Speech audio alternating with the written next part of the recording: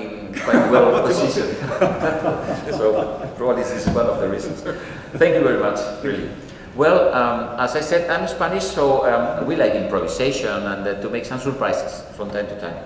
So now we have a request by one of the speakers in the round table that because of some heavy schedule he has to leave. So, and we don't want to miss his presentation. So now we will jump for a while into the presentations, and then afterwards we will come back to the introduction. I hope you agree with that. So now I will introduce you Professor Hristo Kaftandiev. He's coming from the University of Sofia in Bulgaria, and he will tell us something about peace and love. So the floor is yours.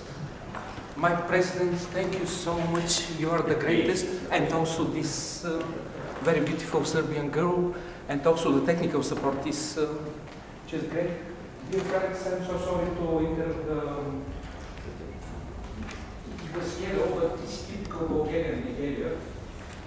So if you are some part of your Serbian, you know Bulgarian Serbians always travels. So this is more or less marketing, and our previous speaker said about unemployment. In marketing communication, it's a lot of work and a lot of money, and also you can contribute for the world peace, so it's not any mercantile communication.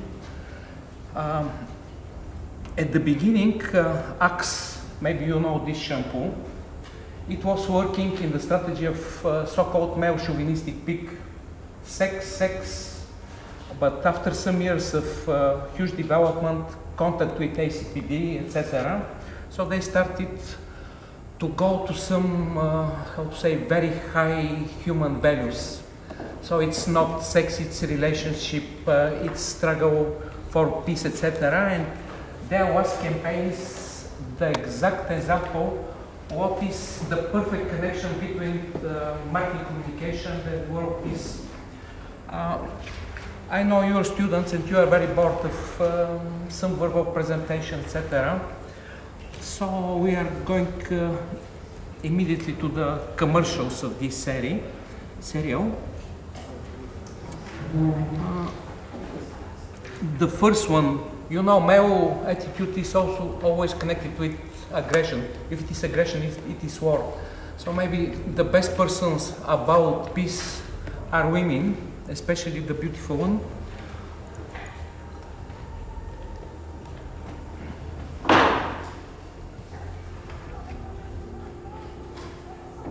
Sorry.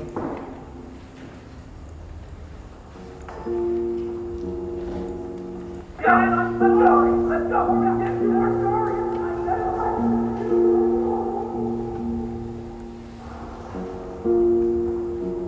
Aggression, war,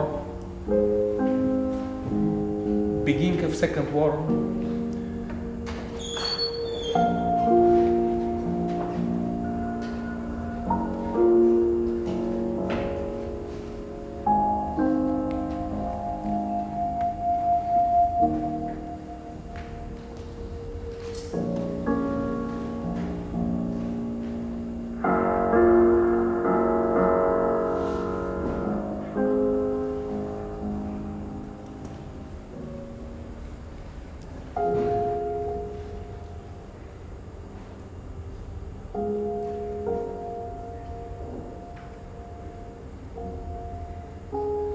Again, the peace.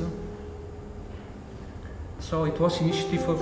When we heard about the Kiss for Peace campaign, we decided to focus on something we're all familiar with, bullying. I think we've all had an encounter with a bully at one point or another, but we don't ever really stop to think why they're behaving the way they are. And that was the story that we wanted to explore. Everybody has their own backstory, everybody has their own baggage. It's important to recognize that and come from a place of empathy rather than a place of judgment. It's relevant to young people because they're dealing with bullying all the time. Whether it's at school or online, high school can be a war zone. I think the message that we wanted people to take away from this video was how powerful just a simple moment of affection can be and how massive of a difference it can make. It's the little acts of kindness that count. Even a simple compliment or a small gesture like a kiss can really go a long way. So, second commercial. against the war.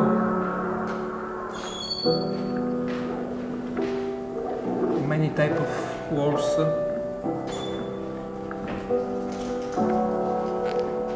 Racism, imperialistic dogs.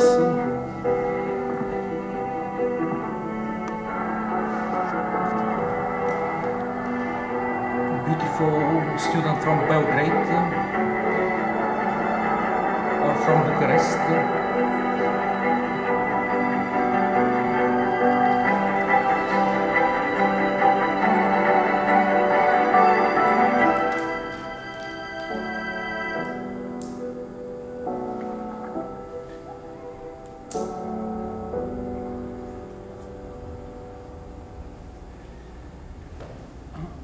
So they continued very successfully with other series.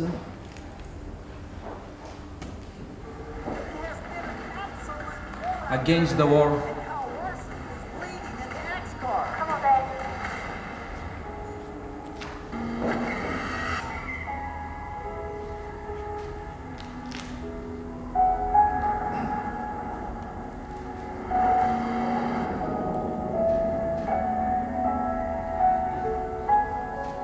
Can you imagine from the standpoint of this Make beautiful love, girl? not war, with new Axe piece.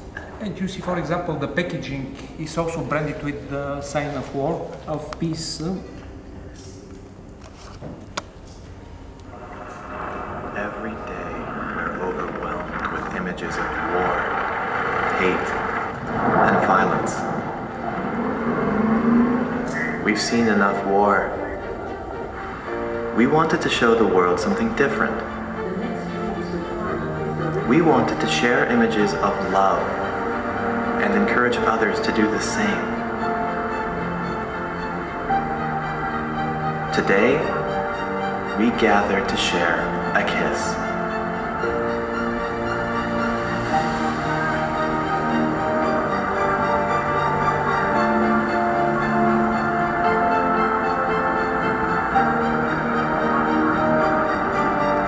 In a world full of love, who has time for war?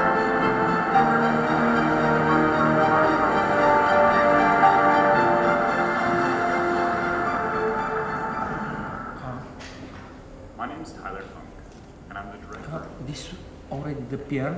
It's also very interesting. For example, if it is war, it is some political leaders. If it is totalitarian political leaders, what do you think? Which one we can choose? For example, the chief of North Korea. So exactly.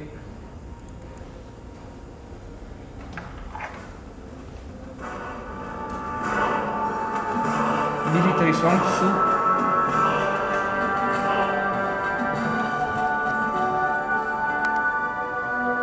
But now this is the paradise.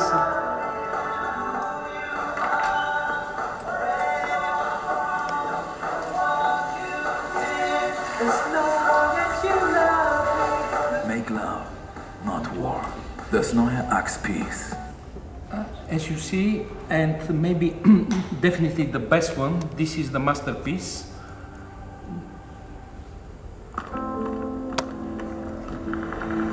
All kinds of very cruel rules. North Korea, Vietnam, Iran, even somewhere in Western Europe.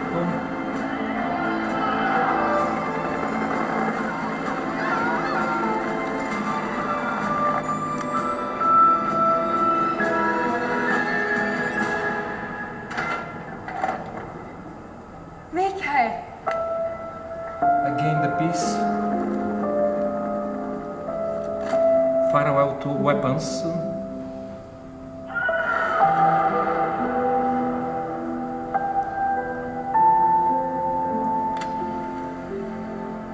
Not nuclear.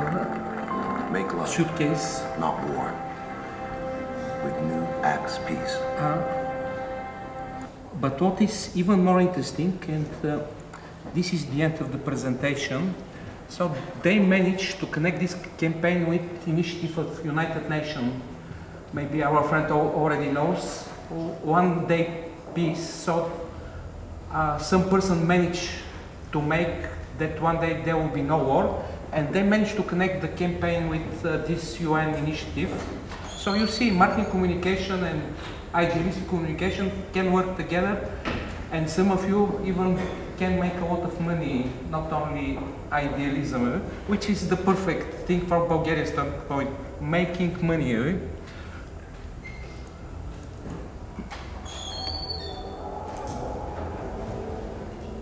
ACTS has always been about bringing people together. In 2014, we've been doing this in the name of peace, with a global campaign for ACTS Peace, and in partnership with Peace One Day. Together, we've invited a new generation of young people around the world to make love, not war. Across 5 continents, more than 400 million people have been made aware of this message of peace. ACTS Peace has initiated local activities which have resulted in more than $320,000 US donated to support educational programs. In Australia, more than 1,300 young people pledged to give blood with the Australian Red Cross. That's 4,000 potential lives saved. While in Germany, 130,000 people stayed in bed in the name of peace. Lying down, they'd stretch 5 times the length of the Berlin Wall. The USA and Spain spread love by sharing over 119,000 kisses for peace, about a week spent kissing in total. In the UK, upcoming designers partnered with ASOS to create a peace-inspired t-shirt range, with all profits donated to Peace One Day, and top artists created a music video with award-winning producer Naughty Boy, which premiered this month. On the 21st of September, Peace One Day are holding a concert in the Democratic Republic of Congo, headlined by Akon. We're an organisation that was set up in 1999 with the aim of turning the 21st of September into a day of peace, a day of global ceasefire and non-violence. That can mean anything, from downing weapons to simply behaving more peacefully in your everyday life. Visit peaceoneday.org to get involved and find out how to watch the concert live on YouTube.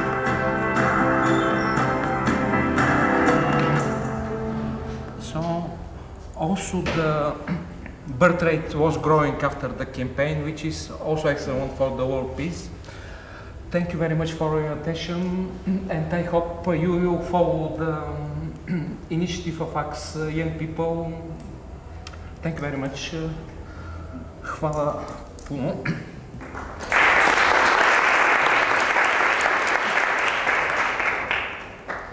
I think this is already introduced, and I'm not making any parallelism with the previous presentation. And now I would like to give the floor to another strategic partner of this event, which is the Youth Association of Serbia. So the floor is given to the chairman, Mr. Stahinja Stojkovic. The floor is yours.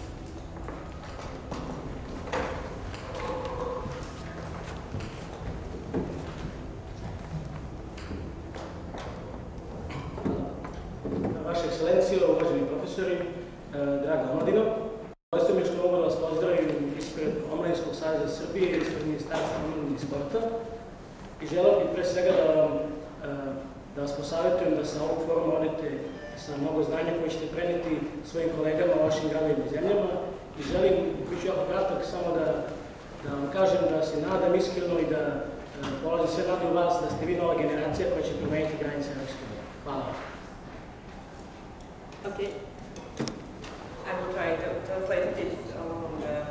Your Excellency, Professor, and everybody here. I want to welcome you, and I hope you will. I'm sorry. I hope you will have good work here and do the great job and with the great ideas. So at the end, we will do something for the peace in Europe.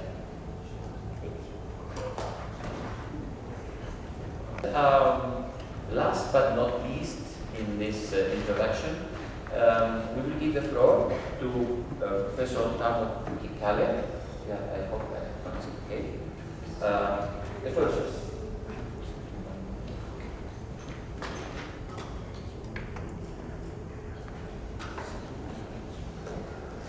Okay, as you noticed maybe there in the program it says Miss Hanna Kekále. This is my daughter. She's unfortunately not here because young people tend to be faced by much more practical issues than the older generations.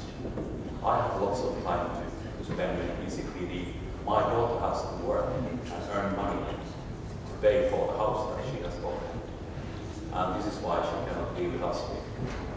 She asked me, however, to say something about the idea of ECPD Youth Forum and the background. And of course, you can ask more from Anna Nikolov, who is here. She's one of the founders of this idea from the ECPD side.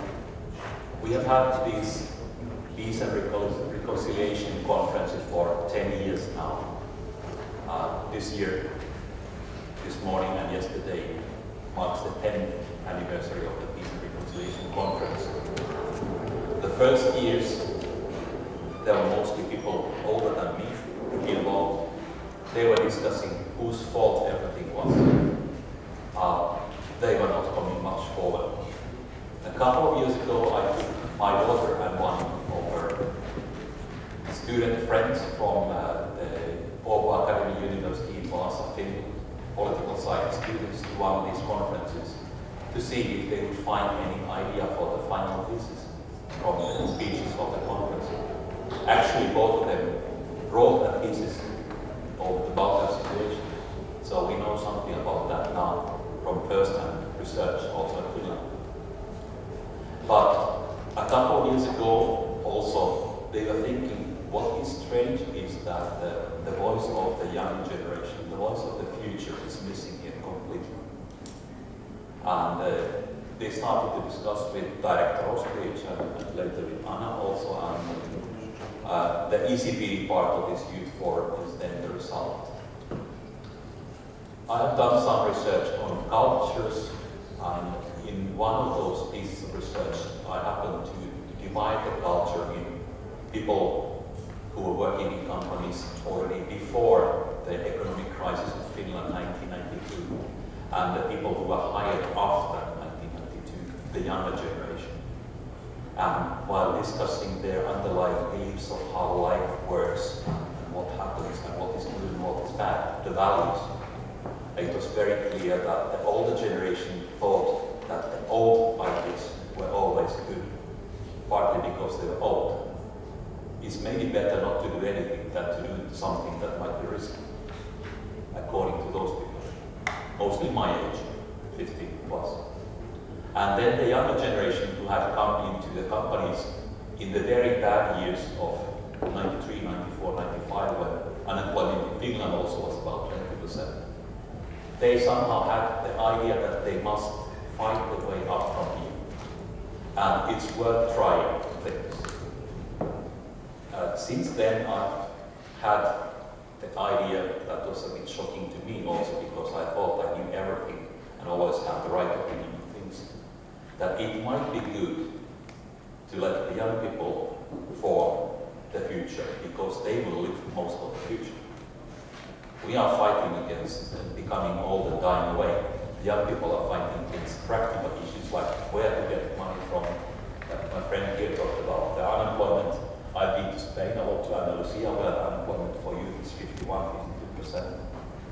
These kind of situations don't let you build a future if you are faced with 5 or 10 years without any employment, any money to work with. And still these people find ways of going along. They are not completely hopeless, like a lot of the old generation is, even if they have everything that they need to have. I think it's a very good idea for everybody to sometimes take the older politicians and academicians and put them in a cupboard and let the younger people speak together and form the world. This is not a forum where you will decide the fates of the world, but this is a forum where your voice should be heard.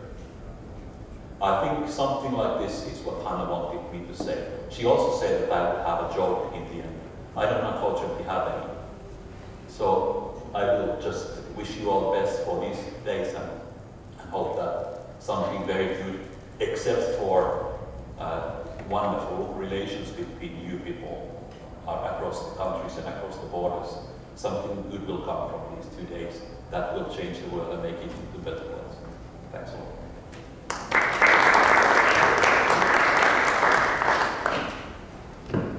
Christos, Professor Kekále. I'm very sorry that your daughter could not come, but I'm very happy that you are here because you gave us also some very interesting reflection. And also I know that we will share the moderation of the next session.